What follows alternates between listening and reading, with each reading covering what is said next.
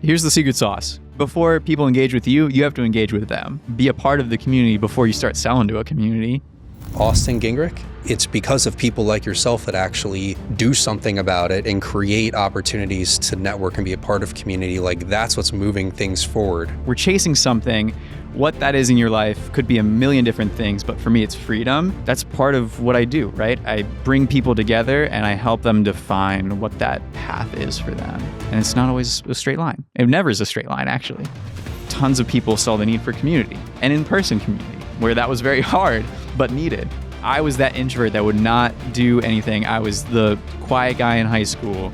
And now here I am, completely changed. Like, I get to be that person that disarms and gets rid of all the barriers for other people. And so how do you bring people together that like mutually benefit each other? 100+ people come out to quarterly events. Just being consistent doing the thing will like sort out so much of the noise. I'm so much richer in relationship because of Silo and not because I've put on networking events. Dude, I could care less how much. I don't make any money on Silo. Like, legit. How much better is it that way? Thousands % better. It's going to take courage for you to come out here. But once you do, your life's going to change. Community changes lives.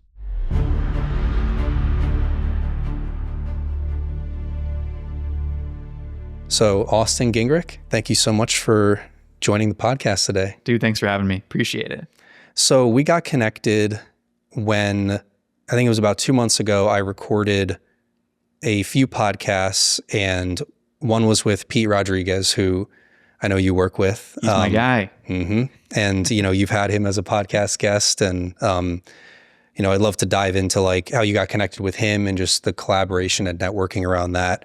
But you were there filming some behind the scenes for that, and put, did you edit that, or was that Pete? I edited the reel that he had. Yeah. Okay. Yeah. But it was so much fun. Yeah. Mm-hmm, I love seeing the behind the scenes of other podcasts. It's a great learning experience for me. Mm-hmm. I loved that setup and location, and then the behind the scenes edit. I never had something like that done before, or I think I've only done that once, but I think for like a personal brand, it's great to like see the actual, like, it puts like I don't know, more of like a human element behind it, of like everyone's coming together to do this project instead of just seeing the finished thing. I like seeing a glimpse into that. So. Not a lot of people realize how important that is, especially through personal branding, but I think Pete gets it. And so that's why he understands that like he needs to show that he's doing these shows and speaking engagements and podcasts, because that only helps his credibility. And so when I, as a video producer and photographer and content strategist, like it matters to have that stuff instead of you just sitting at your desk at home. Like, if you actually show that you're interacting with other people, it's just like next level stuff. So when he like randomly texted me like the day before or something, he's like, "Hey, I've got a podcast. Can you show up?" I'm like, "Dude, of course. This is the kind of stuff that you need, and I love doing for you." And then the personal touch of making an iPhone and then having photo be behind the scenes is great too. Yeah, I love that. It was funny when he sent me that voice memo about like having you come film the behind the scenes. He's like, "I want to show me like meeting you and all that." I was like, wow, I feel really important. Like I didn't realize this. I feel like a celebrity. You're coming to meet me. And, but yeah, that's the whole perception that like creates from like a branding perspective. I think it was really eye-opening, and I want to do a lot more of that. But yeah, so that's how we got connected. And then I had heard about your community Silo through it was Amanda, I think, who is a part of it. She had mentioned your capture events, which I want to dive into all of that. And I have to get to one of them sooner or later. Sure. I know that you have the holiday party on Monday, which I want to try to go to that too. Dude, make it if you can. Yeah. Appreciate that. So, you know, I'd heard, you know, a lot about like what you're building and what you're all about. So I thought this would be a great conversation. So yeah, I'm glad we could get connected, but, yeah. And I didn't realize how much we have in common. I mean, from, you know, I was doing some research in preparation for this, and like, you've got, you know, the Silo podcast, and yes, sir. Your, see, like your work is phenomenal with your photography, and then you do video stuff as well. I primarily focus on, video stuff, and I've been niching down into podcasts recently. It's a good space to be. Yeah, but I think that's so cool. And just, I think on paper, you could consider us like competitors in a way. Like we're in the same general area like of the state, and we have a similar skill set.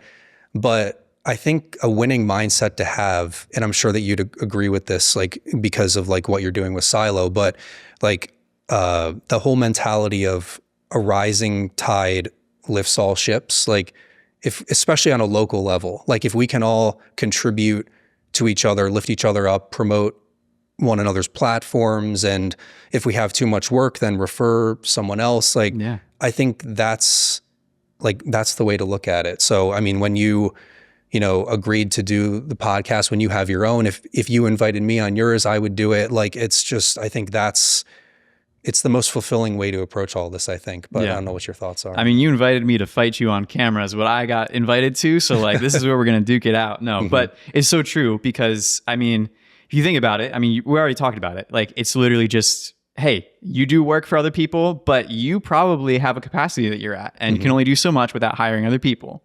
And there's abundance mindset, if you will, is like, there's so much work for us to do. Like, why not just do your own thing and invite people along the way? And something that I got to experience this year for more of the first time was like getting to pay my friends, like being able to pay my friends to do work with me and for me. And how rewarding is it that like you can pay your friend to like go hang out on a shoot with you, and it makes the work so much more enjoyable and easy. And once you're aligned, like if we grow this relationship, like if we continue to be aligned on podcasts, what does it look like for us to have another podcast production that you have, invite me on, and just goes so much smoother because we work together and we know what we're doing instead of staying in our silos. Right. Yeah, that I love that mentality. And I would say that I haven't always thought like that. I mean, I think early on at least for me, I was kind of obsessed with like hoarding work, I guess, or like taking as much as I can and being like, well, it's just part of the game, it's like, it's so competitive. And I don't know, maybe that helped me get off my feet and like build my portfolio. But, my perspective on that has really shifted into like, like for example, I had, a client that I've edited for a while, and I haven't done any work for him for a couple months. And he reached out and he's like, in the new year, I'm looking to hire a weekly YouTube editor. Like, are you interested, or do you know anybody? And I was kind of at a fork in the road, and I said, the instinct that I have is to drop what I'm doing or find a way to create more hours in the day that may not be there, and just do it because, I don't know, it's like the feast or famine mindset. Like I might not have like another opportunity, or I might lose half my clients next month, and then I'll regret saying no. But then I thought about it and I'm like, I have enough on my plate, and there are probably people who are just sending proposals all day, waiting to hear back, and they don't have a lot of work. I think someone else could benefit from this a little bit more than I could right now. And just to sort of like humble yourself and step back. Yeah. And like a couple years ago, I definitely wouldn't have done that. But what do you think switched? Or like, was there a moment that made you switch? Or I think burnout. I mean, just having too much is a factor in that. But I think also just trying to be a little bit more virtuous and give back. Like, even if I don't know the person that would end up getting that gig, and they wouldn't know me, like if I say no to it, it opens a door for someone else without them even knowing. And I don't know, I can just feel a little bit better about that, instead of trying to like take on as much work that I can that I might not even have the capacity for, just because I want to, or because it's like, it's a couple extra $100 a month or whatever. Like it's just not, I don't know. I would say, to answer your question, burnout and just trying to be a little bit more virtuous. Yeah. Well, as creative entrepreneurs, right? Like we are going after something. There's a reason why we're chasing something. What that is in your life could be a million different things, but for me, it's freedom. And so when I actually set a goal for like what I want to make this year, right? We can go into the money conversation. I want to be at blank, whatever your number is. It could be 40K, it could be 60K, it could be whatever you're comfortable with for your area, for your family, your lifestyle, whatever. Like my number was 60 this year. Crushed that goal. Easy peasy at this point because I'm 5-6 years into it. But like that means at that threshold, I'm able to like delegate work and be like, is this going to hurt me in the long run? Talking about burnout, like, is this going to add 7 hours a week to my life, which I wanted to have time freedom for, to like hang out or do whatever I want to, or go snowboarding this weekend or whatever that is. Like bringing up that conversation of what success looks like to you is super important early stages, so that you know when you've reached that, you're not chasing a never ending goalpost that keeps moving. Do you have like, is there something in your life that's like, I reached that and I'm like, now I want to freely give? Yeah, I think so. I mean, I've been very, fortunate, blessed, whatever the right word is, to just have a good, consistent amount of work for like, I've been freelancing for 5 years and it's been like really, I haven't really had to do any outbound. It's all been like inbound referrals, people. We're very similar. Yeah. And, so I feel very thankful for that. But also I think there's an element of it that I have earned in being like, I'm going to just go all in on this. And, I'm very proud of like the business and the reputation that I've built, but it's kind of taken a hit on other aspects of my social life has not been great because I've just been like all editing just all the time. And people ask me in conversations like, well, what do you do? Like outside of work. And I haven't really been able to put a good answer to that. And I'm like, okay, in 2025, I'm like, I need to sort of shape that and redefine it a little bit. So, and then I thought, if I can bring on people to help me and give them work, or just refer people entirely. Like someone reached out and they're like, I primarily use DaVinci and I'm looking for, an editor for my corporate videos. And I said, well, I'm an Adobe guy, but I know someone who does DaVinci. So I just referred them entirely. Yeah. It's a win-win for everybody. So, I've been trying to do that more. And I've realized, like, we're talking about success. Like I definitely, as a freelancer, like I've had the work, I've had the freedom to do things on my terms, but it's like at a certain point, it's not, if you're not getting like in your personal or social life, if you're kind of lacking in those areas, it's like, well, what difference does it make if I do all this and like earn some extra cash by like doing all this on the weekend, but I'm like not hanging out with friends? And I've made so much improvements with that in this past year. But I think that's like a good segue into the next question I was going to ask, which is like your silo mission statement, or a part of it, at least, is to help creatives find their purpose. Yeah. Like lower the barrier to entry for that. So can you talk about like what you mean by creatives finding their purpose? Because I think that can be multifaceted. Like you can make a lot of money, or you can have the freedom, you can have the network. Like there's a lot of parts of that. So can you talk about the purpose part of it? Well, story to that is that I've been humbled multiple times because I thought I was speaking for everyone, and a lot of the times I wasn't. And so at one of these events that we do called Mosaic, which is about like actually having people tell their own stories instead of me speaking for other people, right? I got up on stage and I was like, or not on stage, in front of everyone. And I was like, all right, everyone, like we all know we want to all go full-time creative. Like that is our thing. We want to do it. That's why you're here. And that didn't really resonate with everyone in the room. Some of them were just a tattoo artist that like wanted to stay at their normal job doing tattoos. It's still art, but like in the structure of a normal job, XYZ. And so I made the mistake of overgeneralizing it. And I had people come up and they're like, hey, just want to let you know, like I'm fine being part-time doing my thing. It's like more of an outlet or a hobby, but like, I don't know. So I think to answer that question, you have to say like, what is your goal? And that's the question that I ask people when they first come up to me and they're like, oh my gosh, it's so cool that you're doing the silo thing. It's like, okay, before I make a fool of myself again, Mm-hmm. what do you want to do? Like, is this like something that you're chasing to go into a corporate job and be the creative director, or like the photographer, or whatever for a company? Or is it something that's like, no, I'm an entrepreneur. Like, I want to like get this thing. And just because of my path, I feel like I can speak more to the entrepreneurs that like know what they're doing and want to get it. They just might not have the leads or the skills to move forward. Mm-hmm. So it's really like a decision tree of finding of what their passion is. They love doing the thing, but like, do they want to make money off of doing the thing? Do they want to just do it on the side and keep the whimsy and the whimsical aspects of that? And is that fulfilling to them? So starting there, but that's part of what I do, right? I bring people together and I help them define what that path is for them. And it's not always a straight line. It never is a straight line, actually. Yeah, there's no one size fits all for everybody in terms of what their goals might be. Right.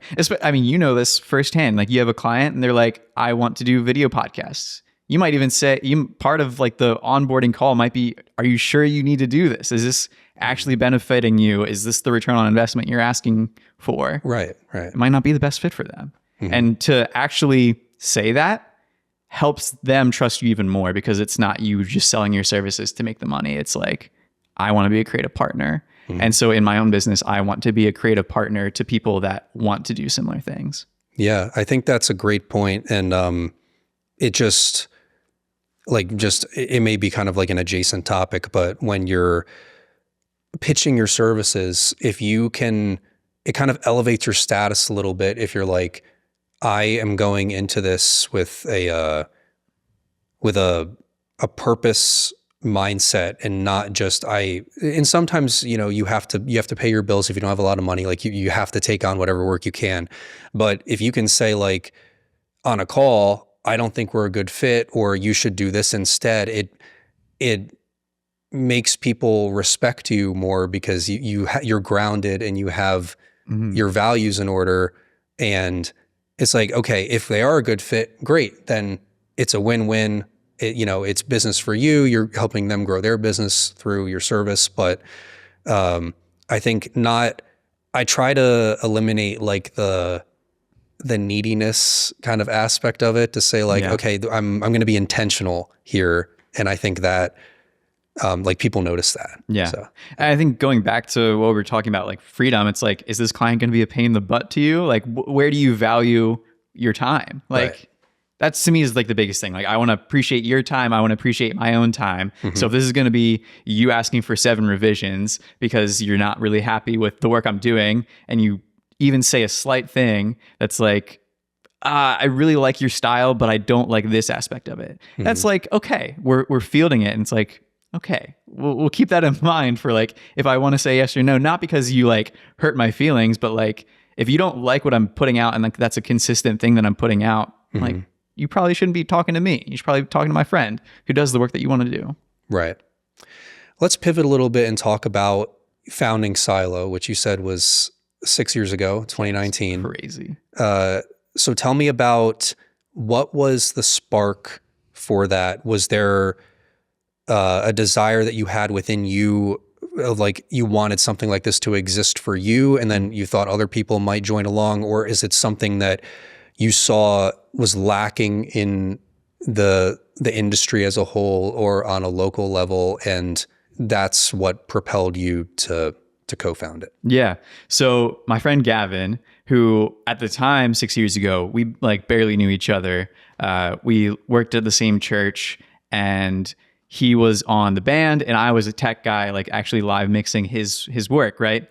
And he came up with the idea of Silo, and it was just like, hey, I have so many talented friends that don't talk to each other. Like, he has a photographer friend and a musician friend. The musician wants a music video and the photographer wants work. And how, like, they never talk to each other. And so how do you bring people together that like mutually benefit each other?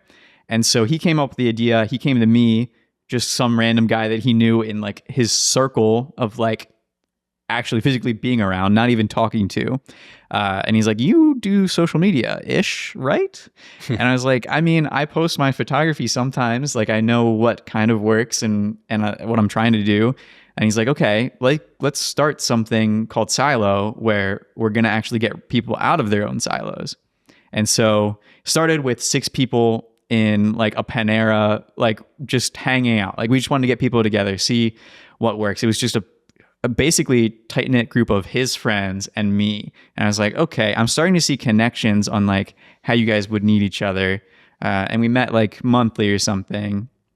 And so it was we saw a need. Let's try to figure out how to solve it. It wasn't a business idea. It was just like, hey, this is kind of built-in community, but also like you guys should probably know each other so that you're not frustrated and tell me that you're frustrated, and you're not frustrated and tell me that you're frustrated and I do nothing about it. Right. It's like, okay, let's solve this so that I don't have to hear about it almost in some ways. And so coming into it, it was meetings. We posted on Instagram, or we first posted on Facebook for a long time, just like inspirational creative stuff, because he was a guitarist and also loved like writing. And I was a photographer. So I was like strategy and he was implementation.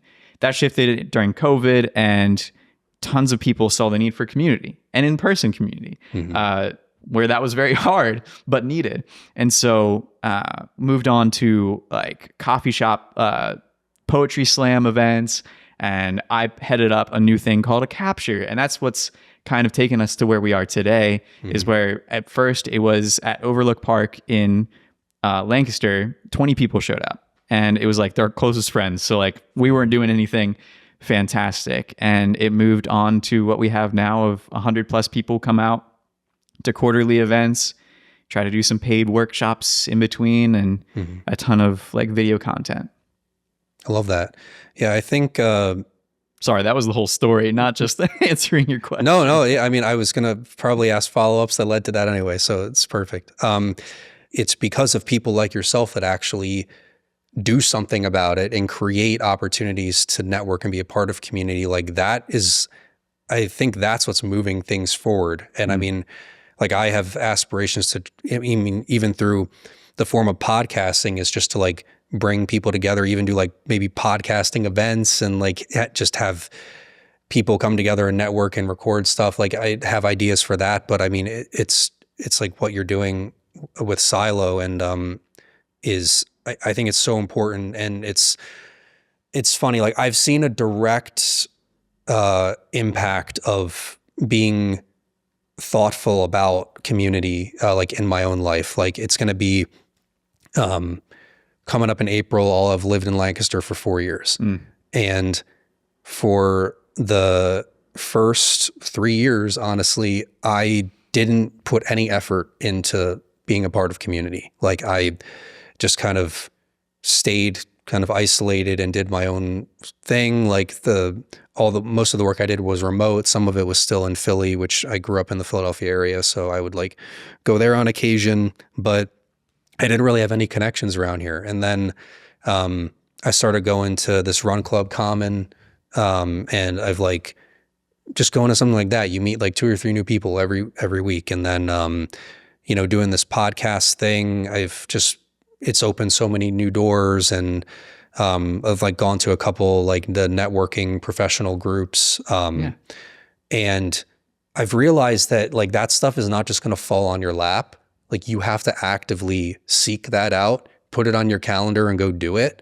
And it's uncomfortable. Like if you're introverted, it takes courage. Yeah, it's to step out of your comfort zone and to actually take initiative and go do those things. And I think it's beneficial to both your personal and professional life. Like, but the mindset I always have is like, don't go into it with the expectation of like, oh, if I leave here and I don't get a new client or whatever, and then it's a failure. It's like, that's missing the point. You just need to go and form genuine connections with people who have like a similar path to you. And then that will that will pay you dividends, or however you want to say it, in the long run, just by like knowing people and building that network and just making new friends. Like it's a pretty simple concept, but it's like, can be difficult if it doesn't come to you naturally. And I think it's like the way that the world is kind of like with remote work, everything is encouraging the opposite of that. Just like stay home, do your remote work, and which is freeing in its own way. Yes, there are good sides to it. What you don't have is the built-in community that you have with coworkers or whatever. Right. And so I was that introvert. I was that guy. I would not do this if I hadn't started Silo with Gavin. But I was that introvert that would not do anything. I was the quiet guy in high school, and now here I am, completely changed. I have not peaked in high school. I'm glad to say that.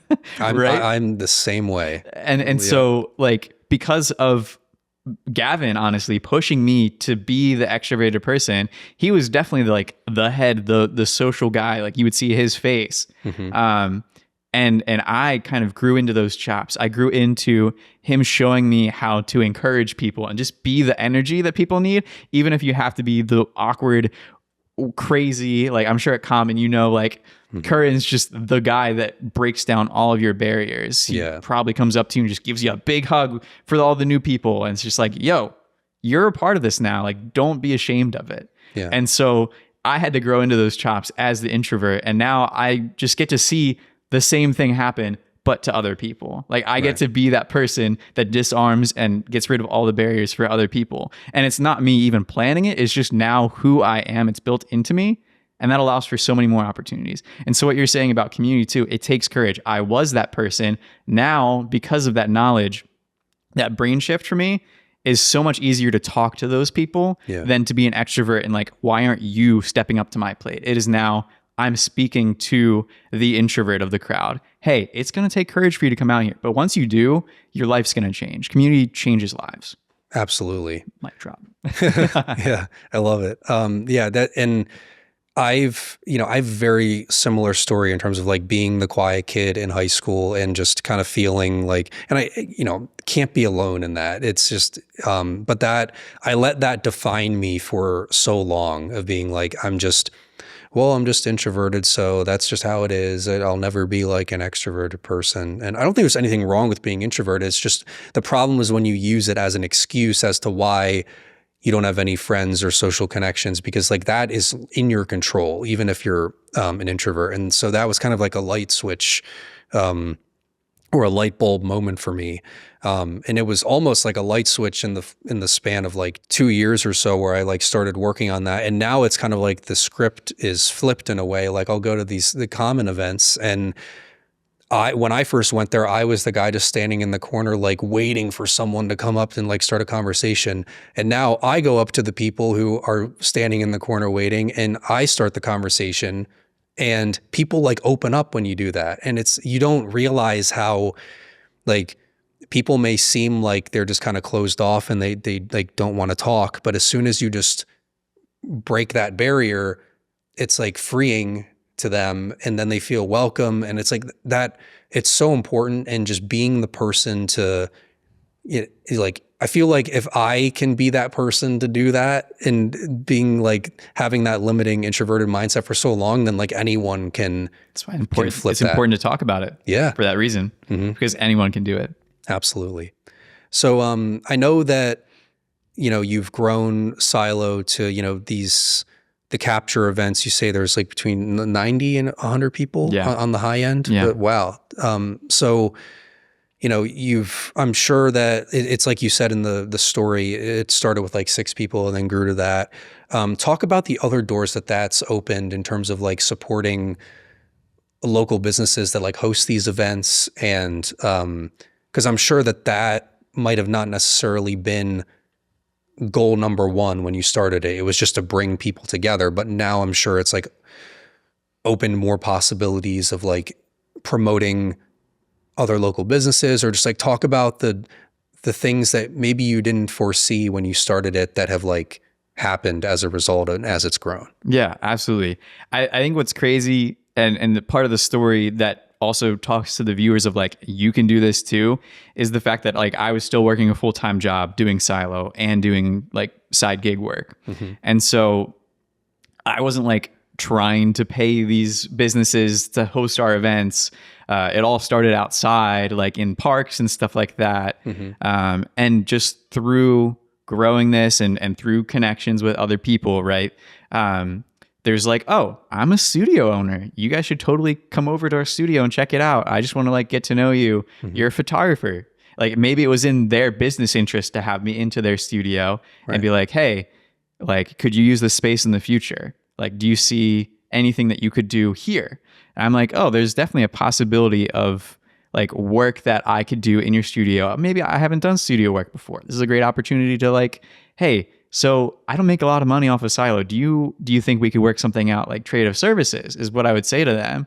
And they're like, some of them were really receptive. Some are like, yeah, this is what we're all about. Community speaks to the values. But other people are like, okay, you're speaking a new language to me. I'm not opposed to it, but tell me more. And I think like our generation is ushering in this new age of like, or just a new concept of like these creative services, right? Like influencers go to hotels and provide reels for them. And that's the payment for their room for the weekend or whatever, right? Like what can you do even as a beginner to like creative services? Is it like, can I get free coffee for a week if I shoot your coffee shop? Yeah. Stuff like that. And so that's how it kind of started, these relationships with businesses that would then host our events at their spaces. And I'd like shout them out in like the opening speech that I do. Obviously, we're like in the space. So the exchange of exposure, but like actually having people show up is a different than like, hey, I'll shoot your wedding for exposure. Right. Like there's a little bit of a difference there, I would say. So through Silo and just like the obedience in one direction, and I'm sure we're going to talk about this a lot today, but like just being consistent doing the thing will like sort out so much of the noise. And people realize when you've been doing that for 2 or 3 years and you're like, yep, I'm doing this thing. It's not even niching down. It's like, I'm sticking to what I promised, like, and I'm going to follow through with it. Right. Like if I want to shoot 4 videos this week, I promise myself that. And I know I'm a person of integrity and I will follow up on that. So people can see that in you. And when you have all that proof right in front of you, I've done events where 20 to 30 people show up at one point.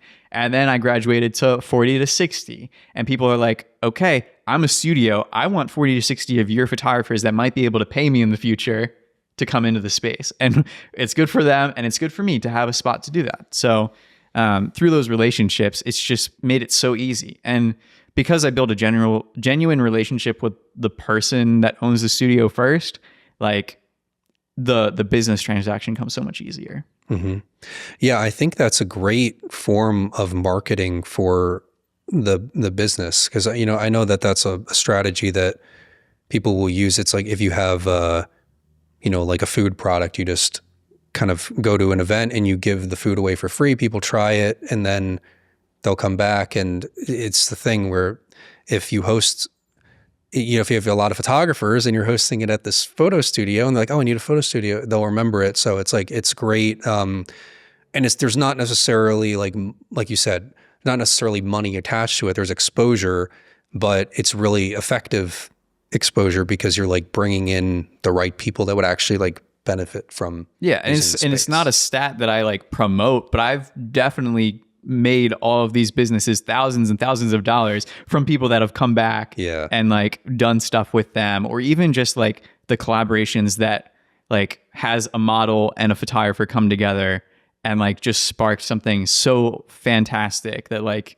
they go on and sell those images, or a model makes it at one of our events and everyone just loves this person and they go on to get signed. We've had like 3 or 4 models be signed through the Silo pipeline. I mean, obviously we're not the ones doing it, but the indirect opportunities that come from Silo, I think, are what people draw towards, as well as community, obviously. Yeah, that's something that I always try to explain to people who like ask me about like, how do you succeed as a freelancer or just as like a full-time creative person? And it's often the non-tangible things or the things that aren't instant gratification. It's, I think it's like Pete said on the other podcast, it's like planting the seeds and they may reap later. But I think that's so important. Like, I can't tell you, just as an example, like I've been on a couple calls where, I'll spend an hour of my time speaking with a prospective client. They'll be like, sounds great, I'll be in touch. I don't hear from them for like a year. Yeah. But I'll think that I'm like, okay, I just wasted an hour of my time when I could have been like making money in that hour, but instead I just gave them free consulting or whatever. But then a year later, they'll reach back out and they'll say, hey, like, we actually have a budget together now. Like, let's chat. And that actually happened to me. And now that person, because I invested my time up front and I did that call and I was thoughtful about it, like, they remembered that and they came back to me later, and it wasn't instant gratification. It didn't seem like it was tangible in the moment, but in the long term, it was beneficial. So I think, that's one example of it, but it's like you're talking about. It's, if you take a chance and you go to a silo event, you might not necessarily, I don't know, it's not going to it might not happen overnight. If you go to one event and you're like, oh, well, I didn't get any business from this, or I didn't meet anybody that I thought was like, I don't know. I mean, I'm sure you'll always meet someone, like, regardless, but it might not turn into like money the first time. So if we're talking about having like a revenue mindset, it's like, just focus on the friendships and the networking, and that will come even if it's not right away. So I think that's barely like to use the word networking. Like, it's still gross to me sometimes. Really? But like, it is language that other like business minded people need to hear for that to make sense to them, which is why it's grown on me, but is not the forefront of most silo events. Like, I don't love saying networking because that gets rid of the casuals and only brings like the career, and the career sure could spend money, like could eventually like become one of my clients or whatever. That's not the goal. Like, I've made so many more friendships along the way. I'm so much richer in relationship because of silo, and not because I've put on networking events. And it's just like, dude, I could care less how much. I don't make any money on silo, like legit. Like, we have our holiday party. I suggested a $5 or a $5 donation. That's just going to go towards like the main dish to make sure everyone is like taken care of. But like, I don't make any money on silo. It's the relationships that I have from silo, or because businesses see that I do good work and I have been obedient in one direction, that they're like, you are a trustworthy guy, I can work with you long term. And that's not the business strategy of silo, but what has come from silo. And I never thought about that, the difference between community building and networking. You would think they're the same thing, but not necessarily. Right? Networking is so much more transactional. I hate it. I never thought about it. You can have a strong network, but like, do you have friends? Probably not. You could have a strong network of shallow people, or it's not. You can have all the money in the world. You go to a networking event, they all want to work with you because you have all the money to give. Like, here's $500 to do a podcast. Here's $500 to do video work. Here's $10K for an ad that I can't shoot for you. Like, go do the work for me. But like, what if the money dries up on your end and you become not useful to the people that like loved you? Yeah. I got this impression, and I don't want to throw it under the bus, but the young professionals group I went to, and I talked about this with Amanda briefly on our podcast, but I just felt that transactional sort of,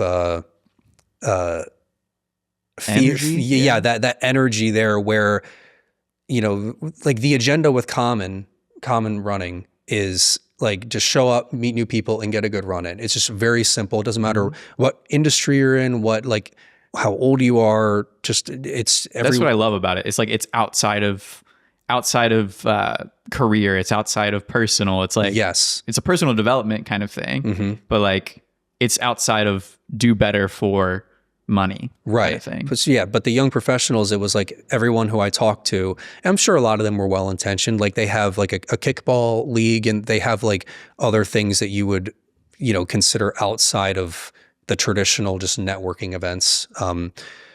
But in like volunteering, I think all that's great. But most of the people that I talk to, you know, if they work at a bank, they're like, well, have you, and I'll tell them what I do. And I just felt like they're just trying to sell me on getting involved like with their bank or switching to their bank. And, you know, I know that's the purpose of going there is like I guess it's just human nature. You want to grow your business, and that's great. But I think, you know, I need to go to a silo event, but I'm sure it's like what you're saying, the difference between networking. I think your heart will be filled before your wallet will be filled there. Yes, exactly. And then if your heart's filled, that can eventually lead to your wallet growing, but it's kind of like you put the cart before the horse, or I don't know, however you want to say it. Yeah, I think we flipped it on its head, and not intentionally either. Like it literally just happened that way. Yeah. But like, how much better is it that way?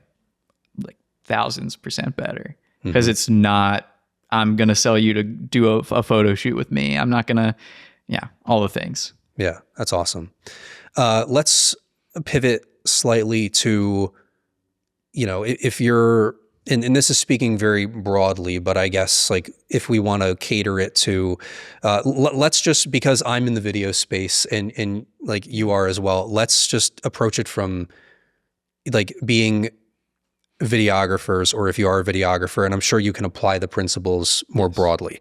But just for the sake of this, let's center it on that. So if you've decided, okay, I want to pursue video, you know, and be a full-time video freelancer, whether it's editing or production, and you want to sort of get clarity in terms of what to focus on. If you're like, okay, I should probably put some effort into my Instagram and my LinkedIn, maybe YouTube. I should have a website and a portfolio. Just kind of like, let's go over some like tactical things to sort of declutter all of the platforms that you can go, like, what should you be putting most of your effort to in terms of like your personal brand, your digital presence, that's going to make the most like impactful difference to like getting noticed and standing out with your services and stuff. Because I think like and I was, again, I don't want to bring up Pete 1,000 times, but on our podcast, we talked about like, if you just say, oh, I do video at a networking event, like that is so forgettable. Like a minute later, no one will remember, oh, what does he do? But if you're more intentional about like, oh, I work in video production. I serve this type of business doing video podcasts. So to get them this result, it's that exact script. It can be that simple, and it really is. And that's my Instagram bio too, right? It's I help blank by doing blank to get this result. You know, whatever that is. Yeah, I noticed that. You know, that's great. Yeah, exactly. So I'm gonna flip this on your head. What do you use right now? What do you use? Not what you think is best. So I mean, you said a lot of relationships, so like. That's fine. Yeah. I mean, it's mostly in terms of getting my business, it's been referral based. So I haven't, you know, I've been putting more effort into my Instagram, a little bit into LinkedIn. My website has taken an absolute backseat. And that's what I was waiting to hear. Like, is a website important? I mean, I would say absolutely not. I mean, some people might say delete your website. I don't think it hurts to have a website. I think it helps with credibility. Yes. I haven't touched my website since the top of this year. And it reflects none of the services that I pitch to anyone anymore. It is all just photo based. Right. And I like got rid of weddings at the top of this year because I don't want to do weddings anymore. Right. And like, so what does your website actually do? I've only had 5 inquiries through my website this year, dude. Yeah. Like it is what it is. Like you could say I'm failing, but also I have the work that proves that I'm doing work all the time. I've gotten like 3 inquiries through my website form, and it's usually just people like pitching me to like redo my website or something like that. It's not even like sincere, like it's businesses pitching me, not like wanting the services. So yeah, that's kind of funny. And that's the other thing with like having a portfolio is if you just have a bunch of different things for different industries, I think it's great if you've done that. But if you just have a collage and a massive portfolio of like everything all over the place, a narrative film, a wedding film, a corporate video, social media content, ads, a podcast, it's kind of, people are like, where do I look? And there's not a lot of clarity there. And so I was going to ask you, Yeah. how do you even display your videos on your website? Because like, sure, you're a photographer, right? You can just have an actual gallery, but like how do you know how most people like consume your website? Like, is that just Vimeo links all, like not links, but like thumbnails all in a line? Is that the best way for someone to like have your portfolio video? I mean, I just have featured work, Vimeo links, and then I make sure that the thumbnails are presentable. And I thought that it was a strength to have just a really diverse, range of content to show that I'm well versed in being able to, I'm like versatile and being able to do a bunch of different things. But like my mindset is, as I've shifted more into being like the podcast guy, I'm like, all that stuff is irrelevant. Like, so I updated my LinkedIn to be video producer specializing in podcasts, which I think is a good step in the right direction, because it's okay. I know what Dylan does now. It's just, it used to be lead video producer at Delaney Video, which is What like, does that tell me? What does that even mean?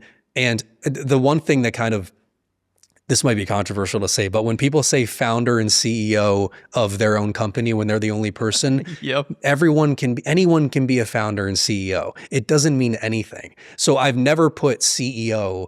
My email, It makes me chuckle, to be honest. my email signature has founder Delaney Video, which I can justify to myself because you're working with this entity called Delaney Video, and I founded it. So I don't feel like that's patting myself on the back. It's just being very straightforward of like, this is who you're dealing with. But putting CEO in there, like, who else is going to be the CEO, dude? Like, yeah, you hired someone and you're only a year into business. right. So that's kind of like just being more strategic and specific about the messaging. Like, I don't know if you want to expand on that. But yeah, I mean, I talk about positioning, right? That's kind of what this is. It's like, okay, so say you have what you're saying, I'm the founder and CEO. I would ask you, what does that mean? I do blank. That's probably better than founder and CEO. Like what you said, specializing in podcasts, like a video producer. And like, I would just keep asking that. And in the same way that when you are just starting out in video or photo or any creative pursuit, like I'm going to ask you 7 whys before I probably get to anything that's meaningful. Like, why do you do videos? Well, it pays my bills. Great. Why does paying your bills matter? To sustain my lifestyle or my family. Great. Why does that matter to you? Because I like to be the provider, or I'm my wife is a stay-at-home mom, or whatever. Okay, great. Why? Peel back all the layers. And you could go forever, but like you'll get to a real reason of like, hey, it is just like, it is my passion. We can land there, or we could go one more step deeper. But like, actually think about it. Basically, the tactical step here is, what does like the person that doesn't know anything about your industry, what can they tell you that you do? And like, I help small businesses with their problem of not getting enough leads through video work and podcasts that actually give them return on investment of, that's a whole script. But like, another tactical step is focus on one platform. So like, I probably Pete said something about this, but like if it's LinkedIn, I think video is probably the best place for LinkedIn, just because like video is more expensive than photo, more expensive than everything. Yeah. It's the thing that is moving businesses forward. And so if you can find people that want to spend money, probably on LinkedIn, they're probably the chief marketing officer of this company. Or if you're at a smaller place, it's just like, hey, I'm the marketing guy. Those people are on LinkedIn, and that's where you're going to find the people that can spend money on you. Yeah, that's what I've had a YouTube channel for, I think I probably created that in like 2014, and I post like my short films and stuff on there. I did like a lens review that got like 100,000 views, and then I was like, I didn't like how I was presented on there, so like those videos are private now. But like I don't think it hurts to like put these long form episodes on YouTube, and then the website stuff has been like hosted on Vimeo, just because like the presentation I just think is better with the Vimeo player or whatever. And then, the LinkedIn. And then the thing with Instagram is like, I think, so what are your thoughts on Real quick pro tip? Yeah. YouTube has unlimited storage. So please just upload all of your videos there at the very least, like your finished footage. And like if you have to get rid of stuff, if you're just starting out and you have like one SSD that's holding all of your footage, just put it on YouTube, and like it can be unlisted, but like you just have your library there and they're not going to be like, oh, you're out of storage. Yeah. Anyway. Good tip.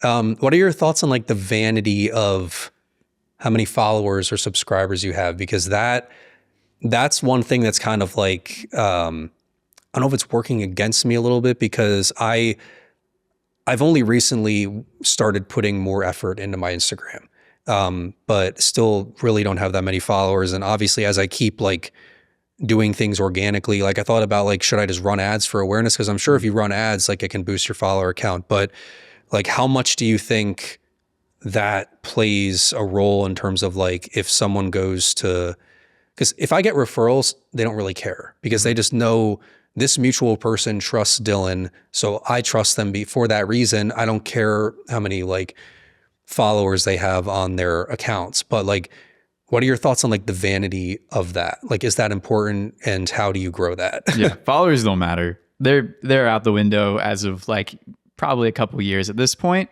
just because you don't need 7,000 followers to get 2 leads.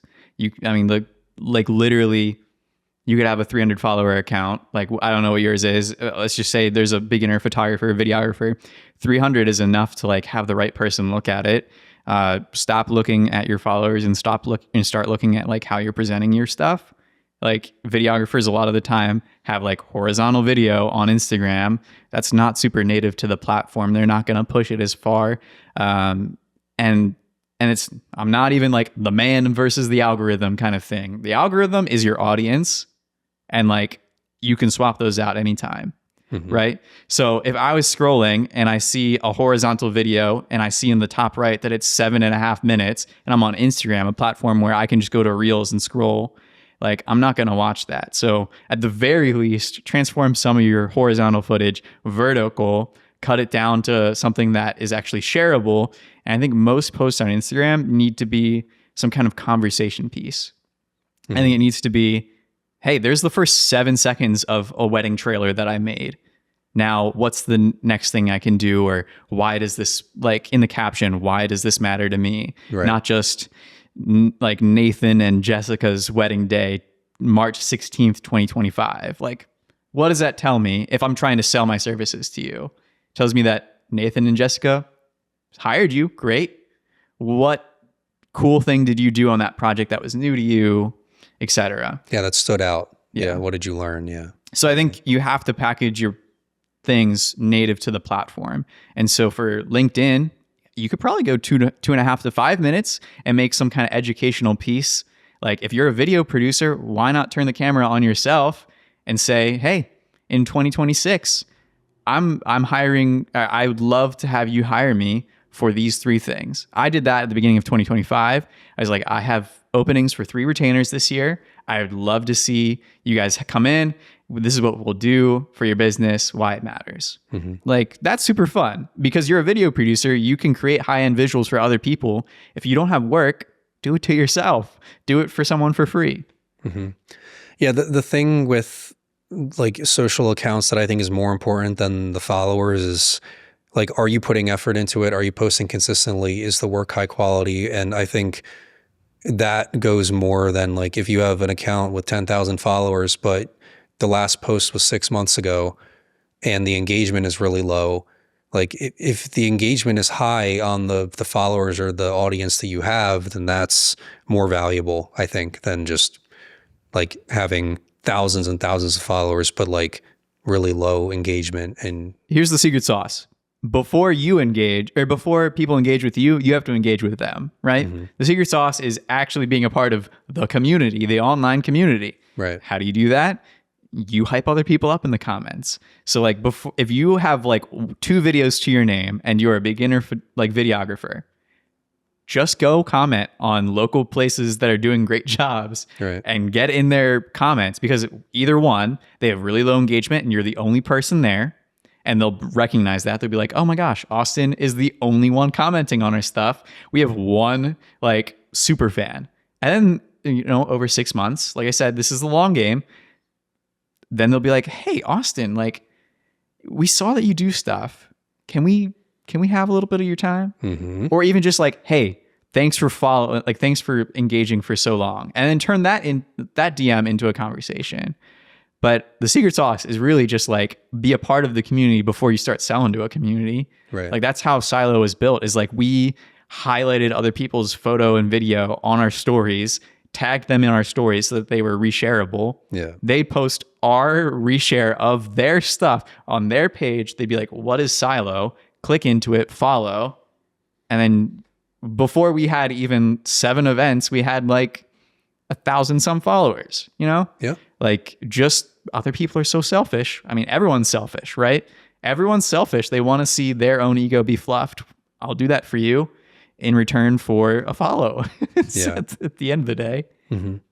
So really quick, I know we have to wrap up soon, but I want to come back to finishing off that framework that you mentioned before for, people who are that want to, market themselves better or get clarity around that. So do you have any additional thoughts on like a tactical approach that people can take? Yeah. Here's 4 principles that I think you can take into any like business that you do. It could be creative, it could be not creative, but like think about your life in kind of these 4 things, right? Positioning, purpose, proximity, and pricing. And we'll go through all of them, but purpose is going to be the last one we touch on, even though it's the most important. Mm-hmm. So positioning, right? We talked about that earlier. We said, hey, how you like define yourself is how people are going to perceive yourself. And if that's messy and murky, then that's going to be hard for other people to like latch on to. Like Austin's the video guy. Okay, what does that mean? Mm-hmm. So figuring out what that looks like, take like a half hour to yourself. That's maybe all it takes. Maybe it takes more. Do some soul searching. If you're new to this, it might be a little bit more tough because everything is like up in the head. Just like try to put it on paper and just be like, what do I do? What do I like to do for people? And if you just picked up a camera, you're probably like, I like to take pictures of butterflies. Mm-hmm. Well, how can you use that gift and steward your talents to do something for someone else? I think leadership is serving. And so how can you be a leader? It's by serving other people. And so how can you use those gifts in that way? Spend 30 minutes, be like, I'm Austin. I am a photographer and videographer. That is great. Start there. Build deeper if you can. Be like, hey, and maybe this is more for young versus like people that are not, that have careers already, because I think some people in careers might get it. Other people are totally stuck and want to make that career change halfway through their lives. That's awesome. It's crazy awesome. But how to do that is actually taking the time, asking those like layers of whys and getting all that way down. So then you move on to pricing, right? And you're like, I would do anything for free. I have no work to show. Okay, well, that's great. But like, what is the actual value you're providing for someone else? And do that once or twice. So like take a friend out to do a photo or video shoot, get used to your camera. You're not going to do that by doing it like by yourself. Right. So actually like getting out and doing the thing, experiencing it, messing up like as many times as you can fail, the better. Like, oh, I'm going to go shoot a short film of me at a park. And like, what is the lesson that you're gonna learn from that? All that stuff. But like, you got to do it. And you got to know that, oh man, I really need an ND filter because this light is just so harsh and I can't get my aperture all the way down because I want a creamy background. Like, how do you do that? You'll learn by making that mistake and you're at f8 or something in broad daylight and you don't get that cinematic look that everyone wants, which is a whole nother discussion. I always say fail as quickly as possible. Yep, exactly. Just get as many reps under your belt and it doesn't matter how many you succeed at because honestly, you learn more from your failures. Yeah. Okay, so then we move on to proximity. This is what I've been talking about the entire time. Who are you going to be around? If that's your friend that is going to do that shoot with you, that's great. But like also in the grander scheme of what you do, who are the people that you should surround yourself with? Is that people that you should follow on Instagram that then lead to like LinkedIn profile visits and stuff like that? Like, is there a photographer and videographer community around you that you can join? Is there a Lancaster Photo Club or like, do you do film? And are you in Philly? Like, you'll find these hubs, right? You'll find these larger places that have studios that do networking events or whatever. But if you're in a small town in Arkansas, you can do the same thing that I did, right? There's going to be at least maybe 2 other people at your school or at your work that like do photo on the side. Maybe you guys should go on a walk downtown or something with that. Like, Right. how can you get around people that understand what you do? Because if you are in the grocery store, like, how can I pitch you on what I do without me understanding, like, I'm around other photographers? And then purpose, right? Purpose, this is all the whys again, but like, how can you just serve other people? And purpose can be at the top of the hierarchy of needs, like finding all the answers to life, but it's also as simple as the foundations of what you do. So purpose is the whys down here, but then also once you reach what you want to do, like for me, it's like, what is the time freedom or the money freedom that I was looking to break in my life? Like, now what can I do with the extra, the overflow? Can I bless other people more? You should be blessing people along the way, but like, Right. how do I give work to other people? How do I can I give more? Can I make meals for other people that are in between jobs and they're accountants and they can't like work fully freelance, whatever that position is, like, what can you do to be a good steward of your gifts? And once you've reached your level of comfortability, which might change over time, how do you sow into other people's lives and say that video and photo brought me all of this and I want to give it to you? Does anything resonate specifically with you that you want to talk about?